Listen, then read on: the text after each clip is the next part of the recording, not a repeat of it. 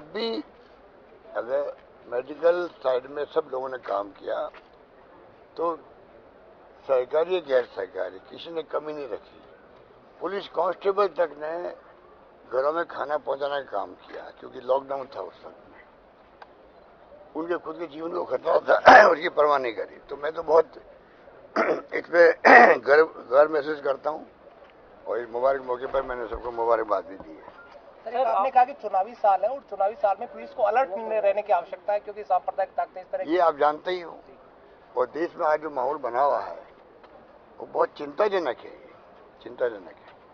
अगर चिंता प्रदेशवासियों ने देशवासियों ने नहीं की तो भुगतना हम सबको ही पड़ेगा। सरकार किसी पार्टी की हो, अगर उसमें जो संविधान की मूल भावना के अनुरूप काम नहीं करती है, लोकतंत्र की मूल भावना के अनुरूप अगर बिहेव नहीं करती है, तो देश को भुगतना पड़ता है। आज धज्जियां उड़ रही है संविधान की और लोकतंत्र की, चिंता का विषय है। एक्सप्लेन करना मैं नहीं चाहूंगा, क्योंकि आप सब जानते हैं कि पत्रकार, लेखक, साहित्यकार, एक्टिविस्ट जो आलोचना करते सरकार की, वो देशद्रोही है। ये थीम चल रही है, ये उचित नहीं कही जा सकती। आलोचना तो लोकतंत्र में ऑर्नामेंट की तरह है। अगर पक्ष है तो विपक्ष भी है। विपक्ष होगा तो पक्ष अच्छे काम कर पाएगा। ये भावना होनी चाहिए सरकारों के लिए। मैं ये भावना रख करके काम करता हूँ राजस्थान के अंदर। सर, यूपी में अतीक का गोली मारी गई, पुलिस कस्टडी में गोली मारी गई, भाई मीडिया बाइट के दौरान गोली मारी गई। तो यूपी में जिस तरह का चल रहा है, अभी ट्रेंड चल रहा है, क्या उचित मानते हैं? किस तरह से अतीक यूपी में जो है, जो कुछ हो रहा देश देख रहा है, देश देख रहा है। कानून का राज नहीं रहेगा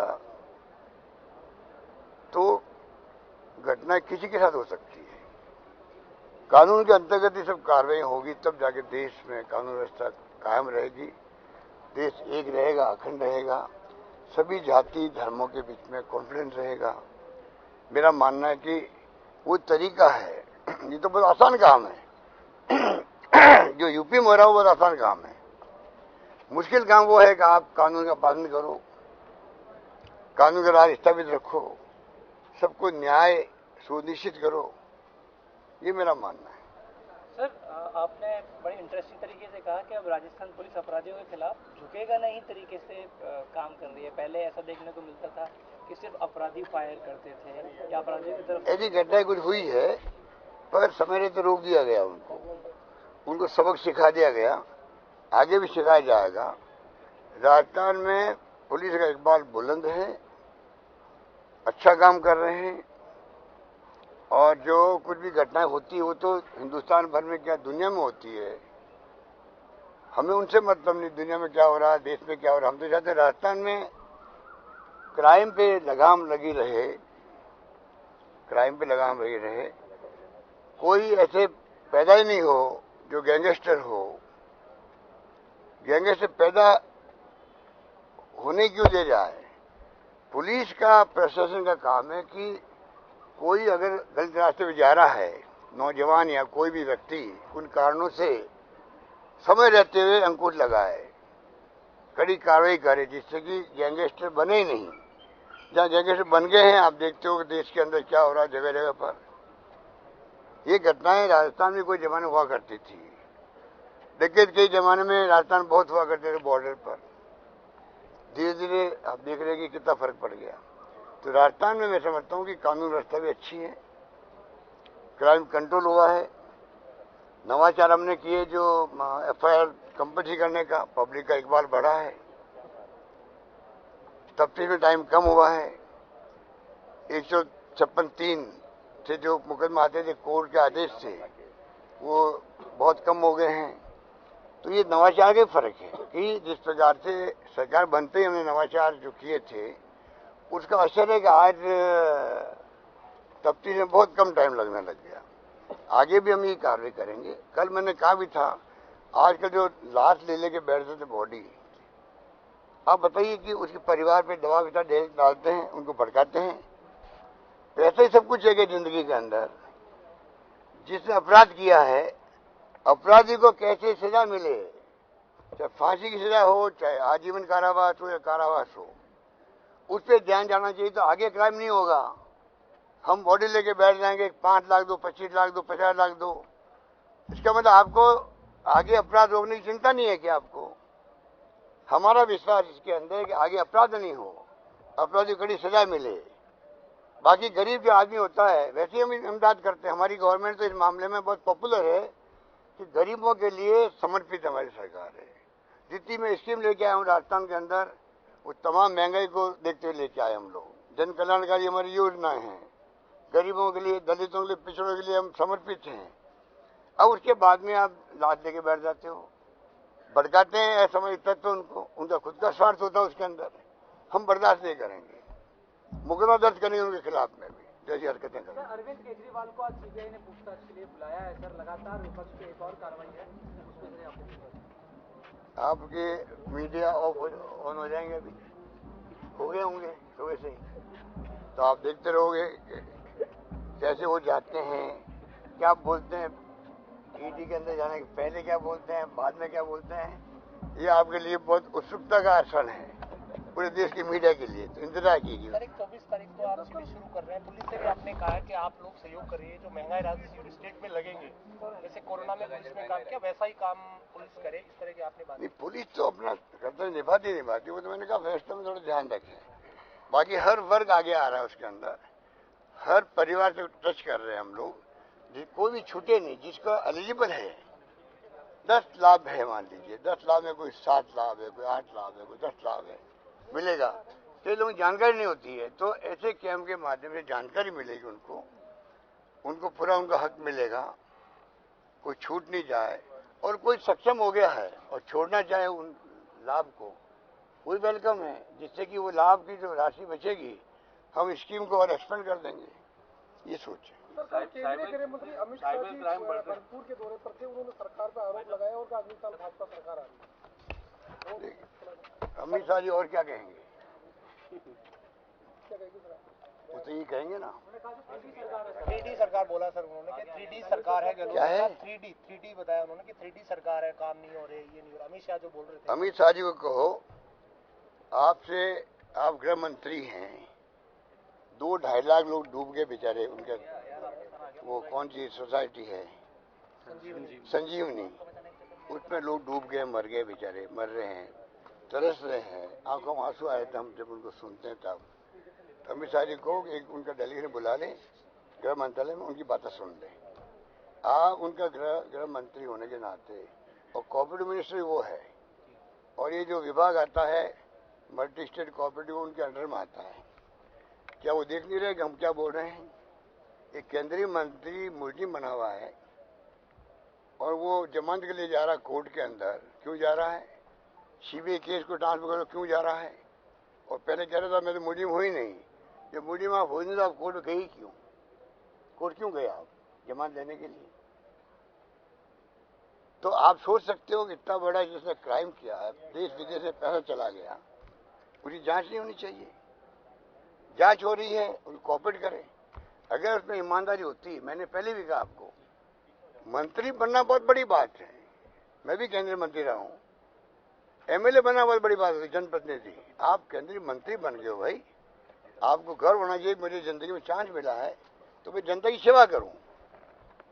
आप जनता को जो तकलीफ दे रहे हो, दुखी कर रहे हो, गांव गांव लोग बैठा बेचारा, अधिकांश लोग तो राजपूत समाज के भी हैं, उनको पूछो तुम्हें शर्म नहीं आती है? तुम जातिवाद की बात करते हो, और वो घर घर में तड़प रहे हैं बेचारे, किसी के 2 लाख, 5 लाख, 10 लाख, 50 लाख, 1-1 करोड़ रुपए डूब गए लोगों के। कोई सोच नहीं सकता है।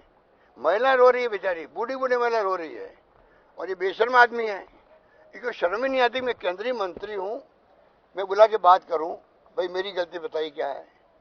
वो अपने आप को पाक साफ तो करे, क्या दिक्कत है? एसओजी के पास जाके बात करता तो भाई बताओ मेरा नाम कैसे आ गया, किसने शिकायत करी है? आप बताइए, इतना बड़ा स्कैंडल हो गया, और उसके लिए अमित शाह जी एक शब्द नहीं बोले वहां पे भरतपुर के अंदर। अगर गृह मंत्री के रूप में उनकी भूमिका जो है और कोऑपरेटिव मिनिस्टर के रूप में, तो जिस राजस्थान वो आ रहे हैं, जिस इश्यू बना हुआ है, उसमें पहले उनकी ड्यूटी थी सब काम छोड़ के उसके ऊपर बोलते हो। जनता को लगता भाई गृह मंत्री आए हैं, कोऑपरेटिव मिनिस्टर आए हैं, तो हमारी बात की आवाज वहां तक पहुंच गई है, हमें न्याय मिलेगा। विश्वास तो लोगों बेचारों को, कितने दुखी है। मैं 3 बार उनसे मिला हूं, आप उनसे बात करने में आप खुद भावुक हो जाते हो। तो मैं इसको बहुत गंभीर बात मानता हूं। और आज मान लो यूपी होता तो गणेश सिंह शेखावत जेल के सिरे में बंद होता। तो राजस्थान में इसलिए हमारी परंपरा नहीं है, हम चाहते न्याय मिले, न्याय दिखना भी चाहिए।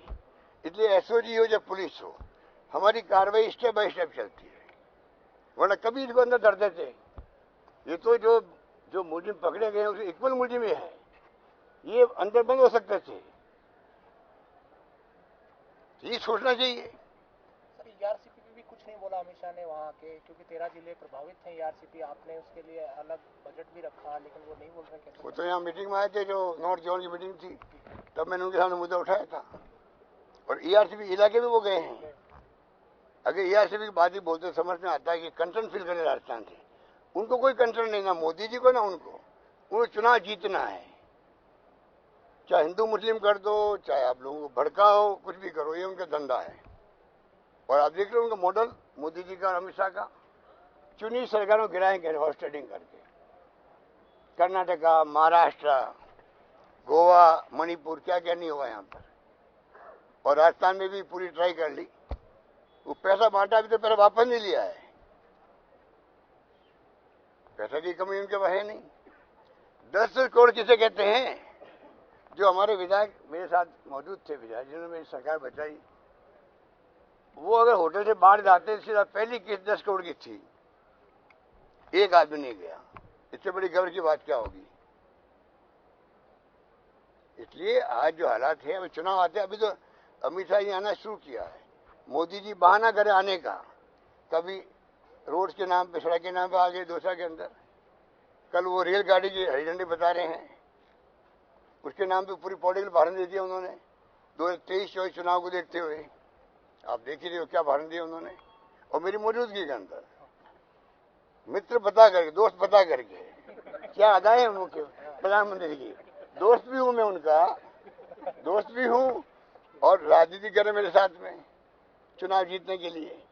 इन लोगों का धंधा जो है चुनाव जीतने के लिए कुछ नहीं है, ना देश है, ना प्रदेश है, ना जनता है। इनके लिए मौका मिल गया इनको सरकार माने का, वो इसलिए अब देख लीजिए धज्जियां उड़ रही संविधान की और लोकतंत्र की। चिंता के विषय होने चाहिए सबको, मैं ये कहना चाहता हूँ। कोई अभी चुनाव आते आते आप देखेंगे रोड्स हो रहे हैं इनके, करोड़ों अरबों रुपये खर्च कर रहे हैं यहाँ पर। आपको मालूम नहीं पड़ेगा पैसा कैसे साइफन हो रहा नीचे, मालूम नहीं पड़ेगा। अगर जनता फिर भी समझ जाएगी अभी से ही कि हमारी गवर्नमेंट ने 5 साल में जो काम किया है देश में किसी राज्य में नहीं हुआ है, अगर जनता को एहसास हो गया हमारी स्कीमें हावी रही उनके ऊपर, उनके दिमाग के अंदर, तब तो हम चुनाव जीतेंगे। वो रोक नहीं सकता कि अमित शाह जी आ जाओ, तो मोदी जी कैंप कर लो यहाँ पर, अप एंड डाउन करो गुजरात की तरह, तभी सरकार कांग्रेस की बनेगी। ये हालात बन चुके राजस्थान के अंदर, जनता समझ गई अभी इस बार। ऐसा काम चाहे कर्मचारी हो, ओपीएस के मामले हो, 25 लाख का बीमा हो, 100 यूनिट बिजली फ्री करना किसे कहते हैं। 1 करोड़ 4 लाख लोगों के घरों में बिल जीरो आएगा। वो सब मध्यम क्लास के गरीब लोग हैं। किसानों को बिजली फ्री कर रहे हैं, स्मार्टफोन दे रहे राखी के ऊपर, 40 लाख महिलाओं का आप लोगों को, कोई कमी नहीं रख रहे हम लोग। जो स्कीम उन्होंने बनाई है सब लागू होगी। शानदार वित्तीय प्रबंधन हमारा है। इसलिए मोदी जी घबरा करके 3 बार आ चुके हैं, कभी भीलवाड़ा, कभी दौसा, कभी जुड़ रहे, वीडियो कॉन्फ्रेंस जुड़ रहे हैं। इनके लिए सब दिल्ली में कोई काम नहीं इनके पास में। अमित शाह जी घूम रहे 3-4 राज्यों में 4-5 दिन घूम रहे थे, अब यहाँ पर आ गए। इनका काम चुनाव जीतने के लिए कोई काम ही नहीं है, बाकी सरकार चलती रहेगी। इसलिए महंगाई बढ़ती जा रही है, बेरोजगारी तो हद पार कर चुकी है, युवाओं पर आक्रोश भयंकर है, वायलेंस हो रहा है देश के अंदर, उसकी तरफ ध्यान नहीं जा रहा है। इसलिए आप सोच सकते हो कि क्या हो रहा है। सर, राजस्थान के अधिकांश भाषणों में मोदी जी आपकी तारीफ करते हैं, और जहाँ विकास की या कार्यों की बात आती है पक्षपात होता है। हमारे 5 साल में, 4 साल में 76,000 करोड़ रुपए केंद्र सरकार ने रोक दिए। 76,000 करोड़ किसे कहते हैं आप सोच सकते हो। अगर वो 76,000 करोड़ में मिलते, वो पैसा किसके काम आता, यहाँ के विकास में लगता। लोग कल्याण की योजना हमने बनाई और अधिक बनाते हम लोग महंगाई के जमाने के अंदर। 76,000 करोड़ रुपए किसे कहते हैं? अब पता नहीं साल कितने रोकेंगे। उस पर ध्यान नहीं लोगों का, गवर्नेंस पे ध्यान नहीं है। हमारा ध्यान गवर्नेंस पर है। चुनाव जीतना तो लोकतंत्र में प्रयास सहयोग करना चाहिए, हम भी करेंगे प्रयास। हम उम्मीद है कि इस बार जनता का आशीर्वाद हमें मिलेगा, क्योंकि सरकार बदलती है तो बहुत नुकसान होता है। और विशेष करके जब बीजेपी आती है, रिफाइनरी बंद कर दिया है, पता नहीं क्या क्या बंद कर दिया उन्होंने, मुझे तो याद नहीं रहता है। हमने ERC बंद नहीं की, उनकी कोई योजना बंद नहीं करते हम लोग। हमारी उनकी सोच में रात दिन का फर्क है। इसलिए मैं इतना कहना चाहूँगा कि प्रदेशवासियों समझ जाना चाहिए, अभी सही जो कुछ सरकार कर रही है मैं कर रहा हूँ। मैं जिंदगी का एक एक पल बचपन से ही जनहित में बिताता हूँ। मुझे गर्व होता है और मुझे संतोष मिलता है। धन्यवाद। जय हिंद। आप क्यों भाग रहे हो? आप लोग अब हो गए ना।